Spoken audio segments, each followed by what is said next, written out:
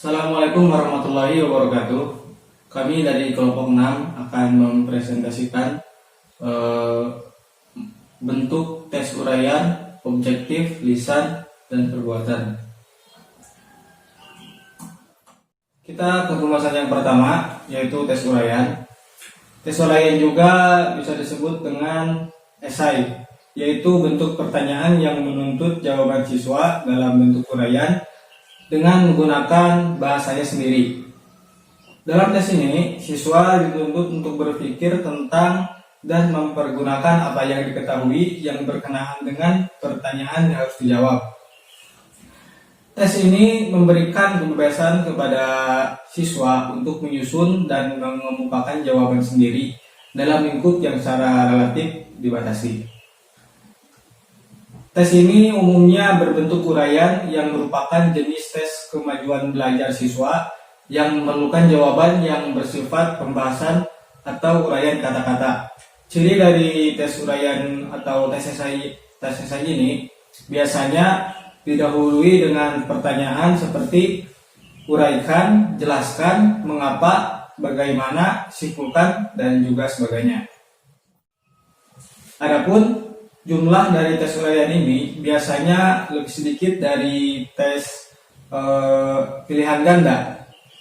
Hanya sekitar 5-10 soal dan dijawab oleh siswa dalam kurun waktu 90-120 menit. Adapun dalam penyusunan soal uraian ini harus memperhatikan beberapa hal. Yang pertama, soal tes hendaknya dapat meliputi ide-ide pokok dari bahan yang diteskan dan kalau memungkinkan disusun soal yang bersifat komprehensif. Kemudian yang kedua, soal hendaknya tidak mengambil kalimat-kalimat yang disalin langsung dari buku atau dari catatan. Dan ketiga, pada waktu penyusunannya, soal-soal itu harus dilengkapi dengan kunci jawaban serta pedoman penilaiannya. Dan yang keempat, hendaknya diusahakan agar pertanyaan bervariasi antara jelaskan, mengapa, bagaimana, seberapa jauh, agar dapat diketahui lebih jauh penguasaan siswa terhadap materi. Kemudian selanjutnya yaitu hendaknya rumusan soal dibuat sedemikian rupa sehingga mudah dipahami oleh para siswa. Kemudian yang terakhir, hendaknya ditegaskan model jawaban apa yang dikehendaki oleh penyusun tes. Untuk ini, pertanyaan tidak boleh terlalu umum, tetapi harus lebih spesifik. Baik, di sini saya akan melanjutkan ke pembahasan yang kedua, yaitu mengenai tes objektif. Nah, tes objektif ini merupakan tes yang dimana cara penilaiannya itu bersifat objektif. Yang artinya, tes ini sudah jelas jawaban yang benar dan yang salahnya, dan bentuk tes seperti ini hanya memiliki satu jawaban yang benar. Kemudian dalam penggunaan tes objektif ini jumlah soal yang diajukan atau yang digunakan itu lebih banyak daripada bentuk tes uraian. Nah, di sini ada beberapa macam dari bentuk tes objektif. Yang pertama ada tes pilihan ganda, yang kedua ada tes benar salah atau true false, yang ketiga ada tes menjodohkan atau matching test, dan yang terakhir yaitu tes isian atau completion test. Yang pertama yaitu tes pilihan ganda. Nah, tes pilihan ganda ini merupakan tes yang paling banyak digunakan. Kenapa? Karena tes ini tuh banyak sekali materi yang dapat dicakup gitu. Nah, kemudian tes ini tuh terdiri dari keterangan atau pemberitahuan dari suatu pengertian yang belum lengkap. Nah, untuk melengkapinya itu dengan kita mencari satu jawaban dari beberapa pilihan jawaban yang sudah disediakan. Nah, dalam tes pilihan ganda ini pastinya ada beberapa pilihan atau option. Misalkan A, B, C, D, E. Nah, di setiap option tersebut pasti ada saja pengecoh gitu. Nah, bagaimana cara kita agar tidak terkecoh dengan option tersebut? Yang pastinya kita harus lebih teliti dalam membaca soal dan jawabannya gitu. karena dalam tes pilihan ganda ini pastinya hanya ada satu jawaban yang benar dan tepat. Nah, seperti itu. Oke, selanjutnya yang kedua yaitu tes benar salah atau true false.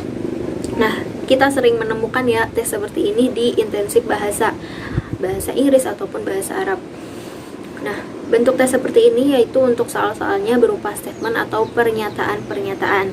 Misal, jika seorang guru memberikan tes seperti ini, maka seorang peserta didik atau seorang siswa tinggal menjawab dengan melingkari benar jika menurut pendapat kalian itu benar, dan menandai atau melingkari tanda atau huruf S jika menurut kalian itu salah.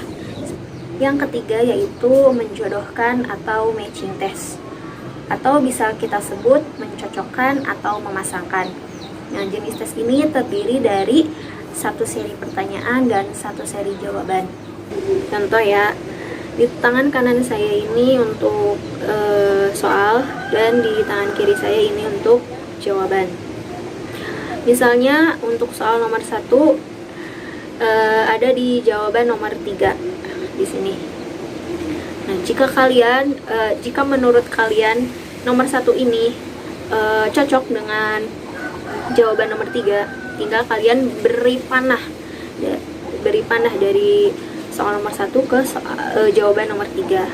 Ya, seperti itu kurang lebihnya. Yang keempat yaitu tes isian atau completion test. Nah, jenis tes ini yaitu tes yang harus disempurnakan atau dilengkapi. Gitu. Karena tes ini tuh terdiri dari beberapa kalimat dan ada bagian-bagian yang dihilangkan. Nah, yang dihilangkannya itulah yang harus kita isi. Contoh, Ningsih hari ini tidak pergi ke sekolah, titik-titik sakit. Nah, yang titik-titik itulah yang harus kita isi. Kurang lebihnya seperti itu ya mengenai bentuk tes objektif dan 4 macam dari bentuk tes objektif. Di sini saya akan membahas tentang bagian ketiga, yaitu tentang tes lisan, dan juga bagian keempat tentang tes perbuatan. Langsung saja kita ke tes lisan. Tes lisan ini adalah sebuah tes atau evaluasi yang digunakan untuk menuntut kemahiran bahasa seseorang, kemampuan bahasa seseorang. Jadi langsung secara lisan. Nah, tes lisan ini bertujuan untuk mengukur sejauh mana peserta didik dapat berbicara bahasa Arab. Jadi mengukur secara langsung daripada lisan seseorang dalam berbahasa Arab. Jadi dalam percakapan dia. Nah, di dalam tes lisan ini ada 4 tahap, yaitu ada istima', ada qiraah, ada kitabah, dan juga ada kalam. Langsung saja kita ke tes untuk kemahiran menyimak, yaitu istima'. Nah, tes ini berupa menulis apa yang telah didengar, yang telah disimak oleh seseorang, untuk kembali dicocokkan atau diekspresikan kembali apa-apa yang sudah dia dengar.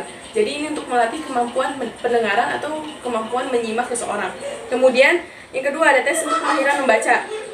Nah, tes ini berupa menentukan bahwasannya arti daripada kosakata dalam konteks kalimat tertentu. Nah, menemukan ide pokok atau paragraf dan kemudian menyimpulkan ide. Jadi ketika membaca, ini kan karena tes qiraah, jadi seseorang membaca tes sebuah tes bahasa Arab, ya, jadi membaca, tetapi dia disuruh untuk menemukan ide pokok atau gagasan utama daripada bacaan tersebut. Jadi kemudian diungkapkan kembali melalui pembicaraan atau melalui kalamnya, gitu, melalui lisannya. Kemudian yang ketiga itu tes untuk menyusun kalimat berdasarkan atau lebih tepatnya untuk kemahiran menulis. Nah, kemahiran menulis ini bahwasanya kita tahu pertama dia mengurutkan kata menjadi sebuah kalimat yang tepat, kemudian menyusun kalimat tersebut atau mendeskripsikan sebuah gambar menjadi sebuah kalimat. Jadi ditulis terlebih dahulu, kemudian ketika sudah menulis, jadi ada salah satu kemampuan lisan di sana. Karena ketika seseorang mengamati gambar, maka dia harus mengungkapkan suatu hal yang ada atau yang terdapat di dalam gambar tersebut. Kemudian ditulis. Jadi medianya melalui tulisan. Jadi tapi dalam intinya melalui kemahiran lisan juga. Dan kemudian yang keempat itu adalah tes kemahiran berbicara. Nah, ini yang paling pokoknya yaitu adalah kalam. Kemahiran kalam ini atau berbicara ini adalah berkaitan dengan lisan, yaitu langsung dengan berbicara dengan lidah. Jadi pelatihannya adalah tentang ta'aruf, seperti ta'aruf, memperkenalkan diri, bagaimana seseorang bisa memperkenalkan diri secara benar, dan kemudian bisa memperkenalkan orang lain secara benar. Kemudian dialog seperti wawancara biasa, dia mampu melakukannya. Kemudian berbicara sederhana tentang sebuah tema atau sesuatu gagasan. Mungkin seperti itu yang bisa dibicarakan tentang tes lisan. Kemudian kembali lagi ke tes perbuatan, atau kita maju ke pembahasan berikutnya, yaitu tentang tes perbuatan. Tes perbuatan ini adalah tes yang dituntut seseorang agar dilakukan atau bisa menuntut jawabannya itu berupa perbuatan atau tindakan. Nah, tes-tes seperti ini biasanya misalnya ada di sebuah yang memerlukan, memang materinya itu memerlukan praktik gitu, seperti praktik sholat. Jadi seseorang disuruh untuk praktik sholat jenazah itu seperti apa, jadi langsung pada perbuatan, tidak bisa disebutkan secara materi, jadi memang dilihatnya langsung secara tindakan gitu. Nah, untuk menilai tes perbuatan ini pada umumnya adalah diperlukan sebuah format pengamatan. Nah, jadi kita sebagai yang pengamat atau sebagai yang menilai membuat format pengamatan terlebih dahulu. Nah, bentuknya ini dibuat sedemikian rupa sehingga tutor dapat atau pengamat dapat menuliskan angka-angka yang memang memenuhi daripada aspek-aspek nilai yang ingin dinilai daripada tes perbuatan ini. Nah, salah satu tujuan daripada jadi bukan salah satu sih, banyak. Jadi beberapa tujuan daripada tes perbuatan ini adalah, pertama adalah tujuan tes perbuatan adalah untuk dimaksudkan untuk mengukur keterampilan siswa dalam melakukan suatu kegiatan. Jadi karena memang ini tindakan, harus pakai tindakan perbuatan, maka memang untuk mengukur seseorang dalam keterampilan pada ilmu sesuatu gitu, ilmu yang memang menyangkut sebuah proses perbuatan gitu. Dan kemudian ada dua keunggulan tes perbuatan ini, dan pada intinya adalah dua unsur yang bisa disajikan bahan penilaian dalam tes perbuatan, yaitu proses dan juga produk. Jadi memang ada proses di sana dan juga ada produk yang dipakai dalam tes perbuatan sendiri. Nah, keunggulan daripada tes perbuatan ini adalah cocok digunakan untuk mengukur aspek perilaku psikomotorik. Kedua, dapat digunakan untuk mengecek kesesuaian, untuk mengecek antar pengetahuan, teori, dan keterampilan dalam mempraktekannya. Kemudian yang ketiga adalah tidak ada kesempatan untuk menyontek, karena ini perbuatan, jadi memang secara langsung dilakukan oleh si individu atau oleh si peserta tes.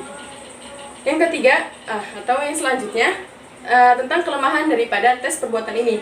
Jadi karena ada keunggulannya, pasti juga ada kelemahannya. Kelemahannya adalah lebih sulit dalam mengadakan pengukuran. Kenapa lebih sulit? Karena penguji dituntut untuk mengadakan pengamatan terhadap kegiatan yang testi secara cermat. Jadi memang penguji harus benar-benar memperhatikan daripada si peserta tes dalam pengetesan, dalam melakukan tesnya tersebut, karena memang dilakukan secara cermat gitu, langsung melihat daripada bentuk gerakan tindakan yang dilakukan oleh peserta tes. Kemudian yang kedua, memerlukan biaya yang relatif besar, karena memang memerlukan banyak kegiatan atau memerlukan banyak tenaga, maka juga memerlukan banyak sesuatu ya, banyak biaya juga. Dan kemudian yang ketiga, memerlukan waktu yang relatif. Jadi memang karena sebuah proses, jadi karena proses itu agak lama, jadi memang memerlukan waktu yang lebih banyak, jadi tidak bisa langsung singkat dan tidak bisa dibatasi seperti itu. Mungkin sekian yang bisa saya sampaikan. Ini adalah poin terakhir. Mudah-mudahan bisa bermanfaat. Kurang yang mohon dimaafkan. Wassalamualaikum warahmatullahi wabarakatuh.